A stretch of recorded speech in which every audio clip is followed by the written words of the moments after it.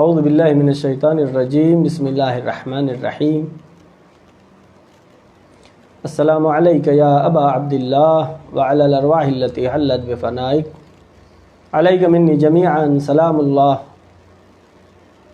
ابدا ما بقیت وبقی اللیل والنہار ولا جعلہ اللہ آخر العہد منی لزیارتکم السلام علی الحسین وعلی علی ابن الحسین وعلی اولاد الحسین وعلی اصحاب الحسین السلام علیکم جمیعا ورحمۃ اللہ وبرکاتہ۔ تمام ناظرین و سامعین کی خدمت میں سلام عرض کرتا ہوں۔ جیسا کہ آپ محظور ہیں، سلسلہ دروس ترجمہ و تفسیر قرآن مستقل آپ کی خدمت میں پیش کیا جا رہا ہے۔ آج درس نمبر 149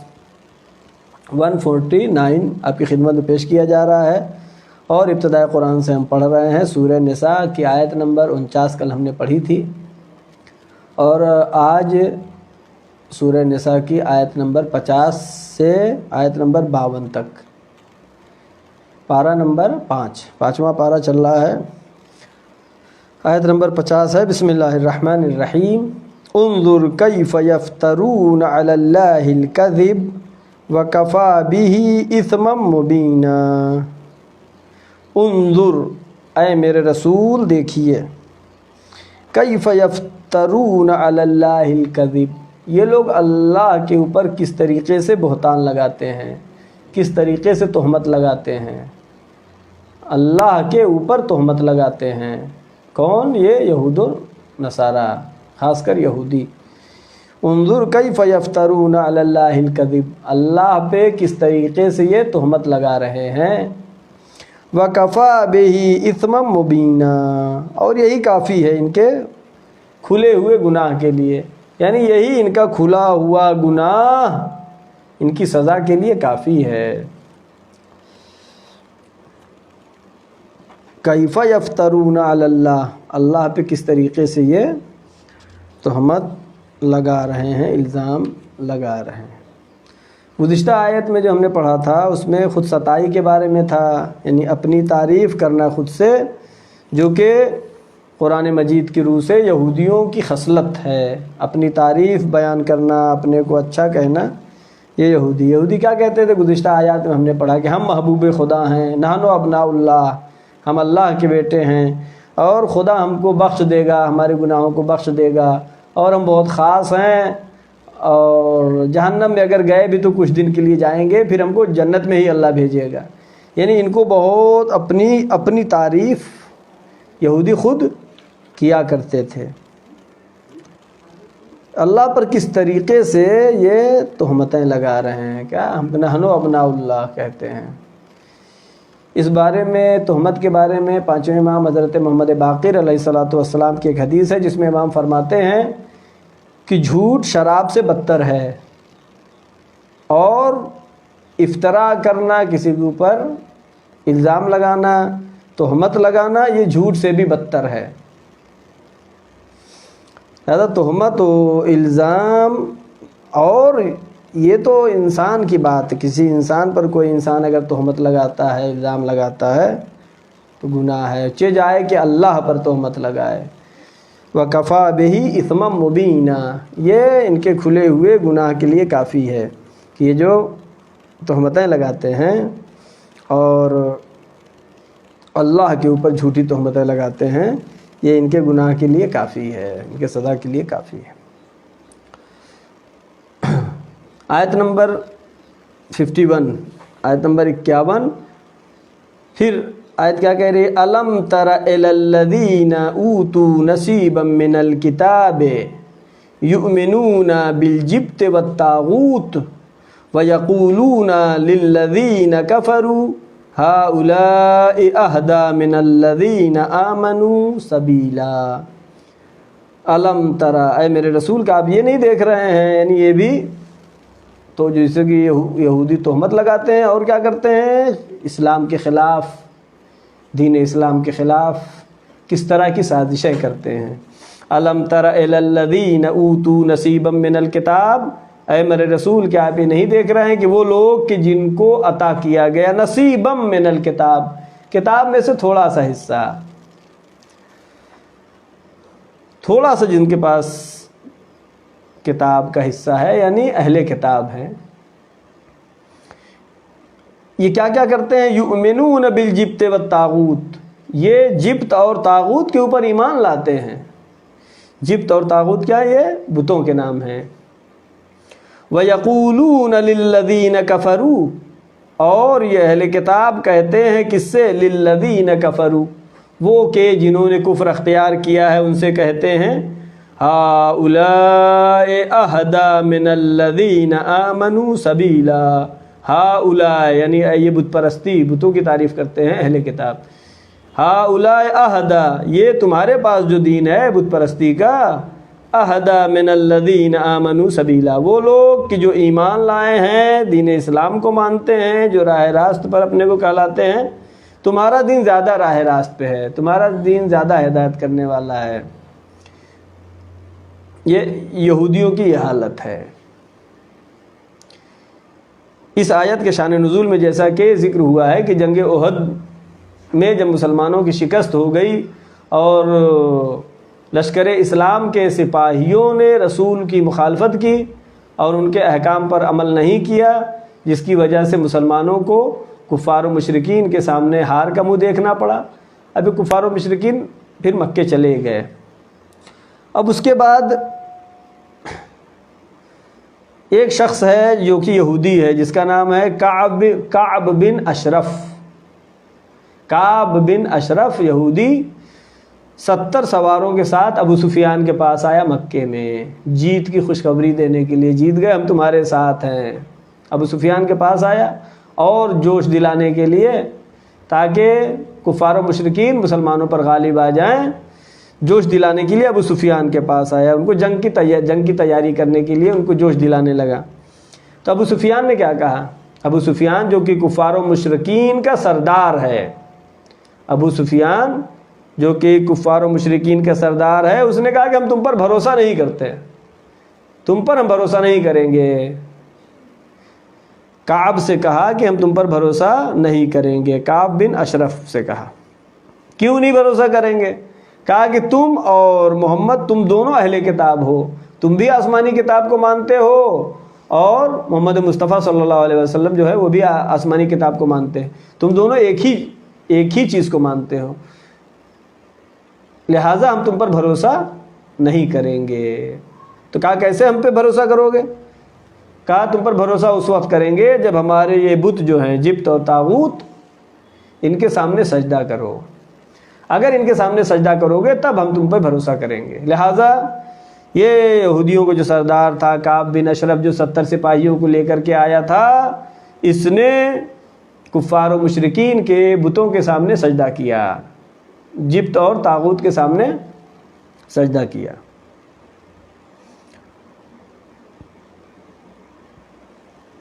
اور اس کے بعد ابو سفیان نے پوچھا کہ بتاؤ محمد کا دین اچھا ہے کہ ہمارا دین اچھا ہے؟ کہا نہیں، تمہارا دین اچھا ہے۔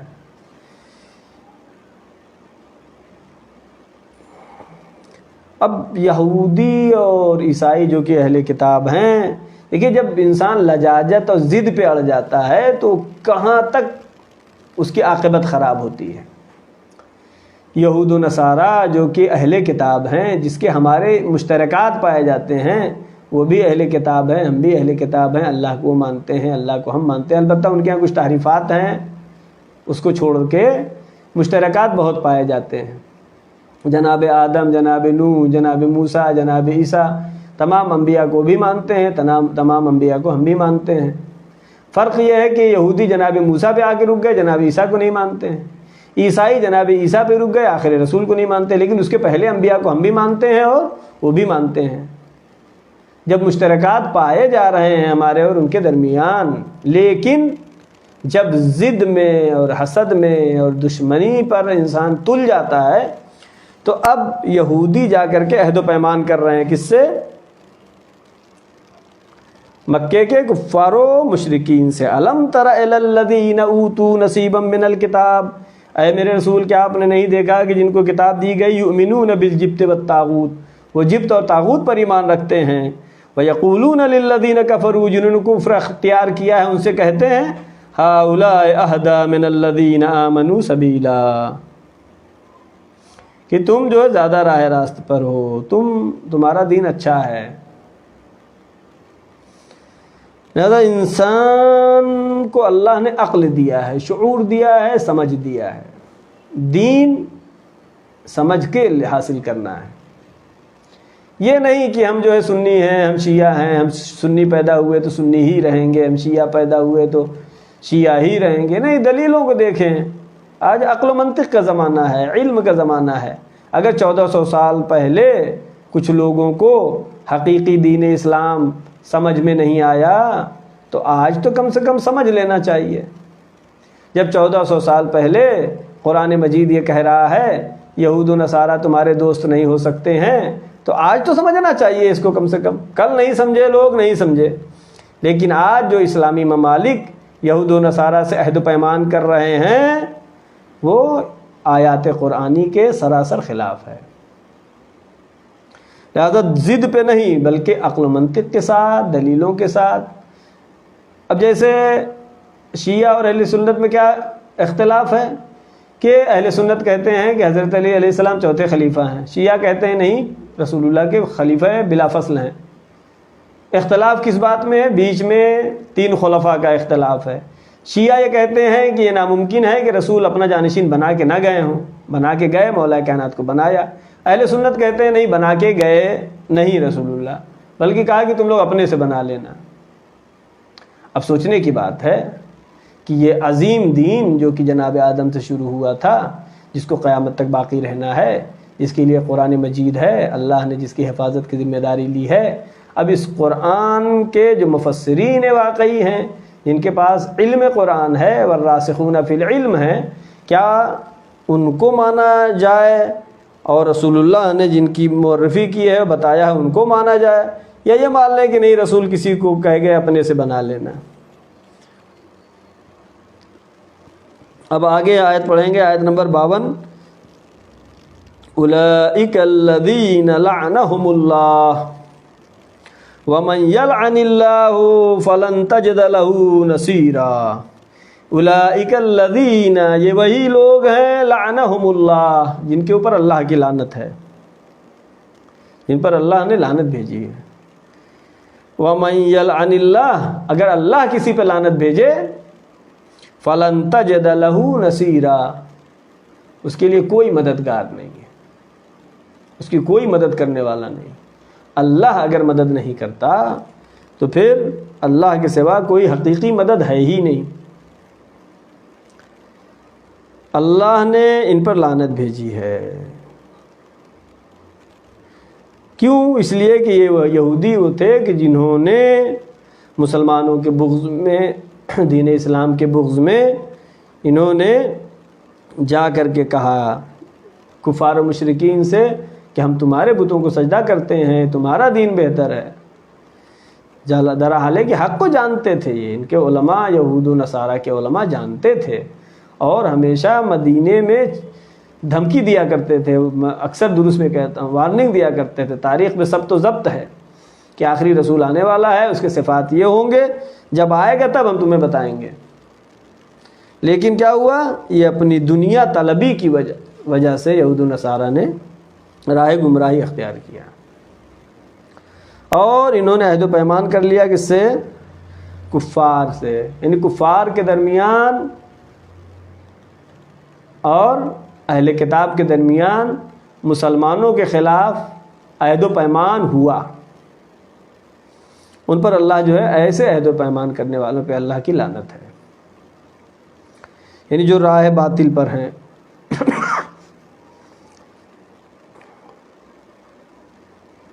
ان کے لیے اللہ کی طرف سے کوئی مدد نہیں ہے۔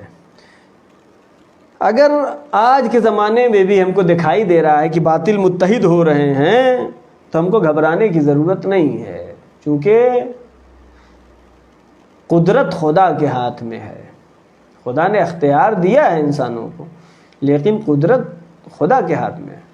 اگر یہ دیکھیں کہ باطل متحد ہو رہے ہیں، کفار و مشرکین متحد ہو رہے ہیں، اہل کتاب مسلمانوں کے خلاف متحد ہو رہے ہیں، تو پھر اس میں گھبرانے کی بات نہیں ہے، اس لیے وہ کامیاب نہیں ہو سکتے ہیں۔ تاریخ گواہ ہے، تاریخ گواہ ہے۔ ہمیشہ باطل ناکام ہوا ہے، ناکام ہو رہا ہے، ناکام ہوتا رہے گا۔ بس مسلمانوں کو کیا چاہیے؟ وَاعْتَصِمُوا بِحَبْلِ اللَّهِ جَمِيعًا وَلَا تَفَرَّقُوا، اللہ کی رسی کو مضبوطی سے پکڑ لو۔ اللہ کو ماننے والے ہو، نقطہ مشترک ہے، چاہے وہ حنفی ہو، چاہے وہ شافعی ہو، چاہے وہ مالکی ہو، چاہے حنبلی ہو، چاہے سلفی ہو، چاہے شیعہ ہو، چاہے سنی ہو۔ وَاعْتَصِمُوا بِحَبْلِ اللَّهِ جَمِيعًا وَلَا تَفَرَّقُوا، جو مشترکات پائے جاتے ہیں ان میں متحد ہو جائے۔ باطل کو ہمیشہ شکست ہونی ہی ہونی ہے۔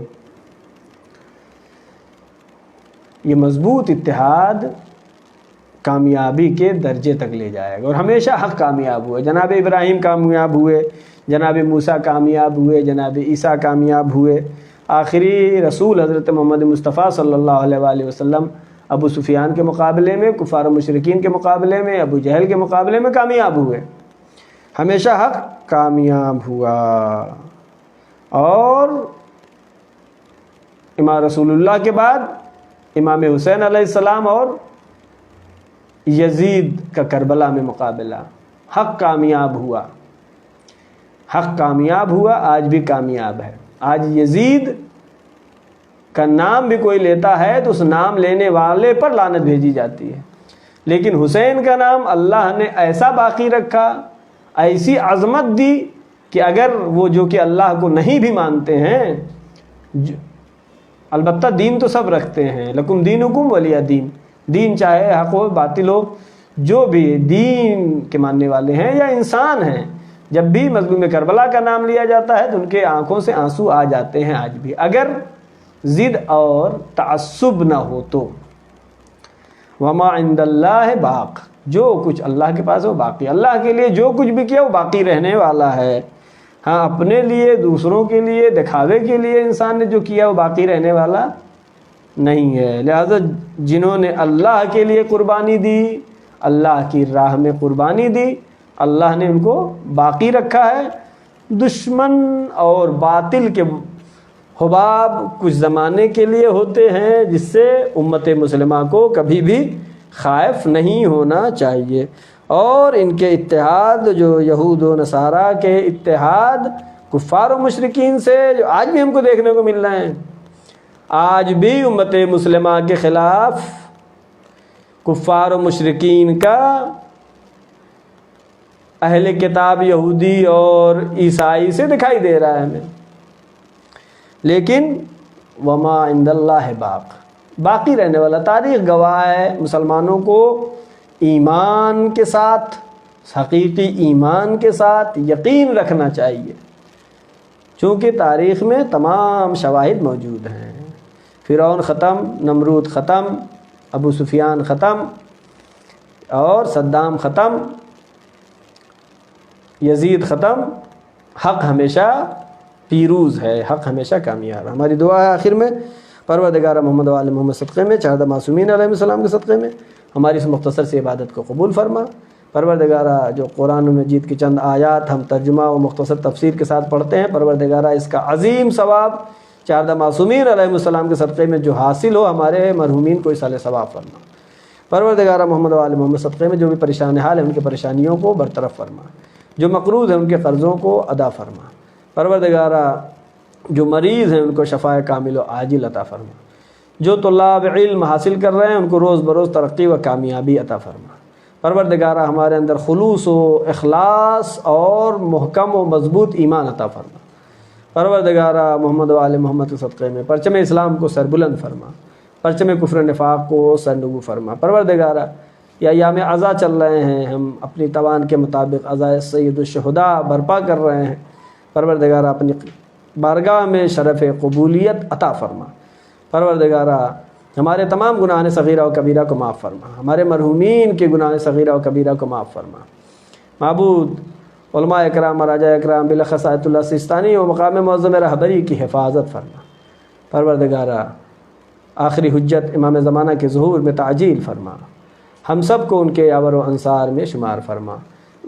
وآخر الدعوان ان الحمدللہ رب العالمین، والسلام علیکم ورحمۃ اللہ وبرکاتہ۔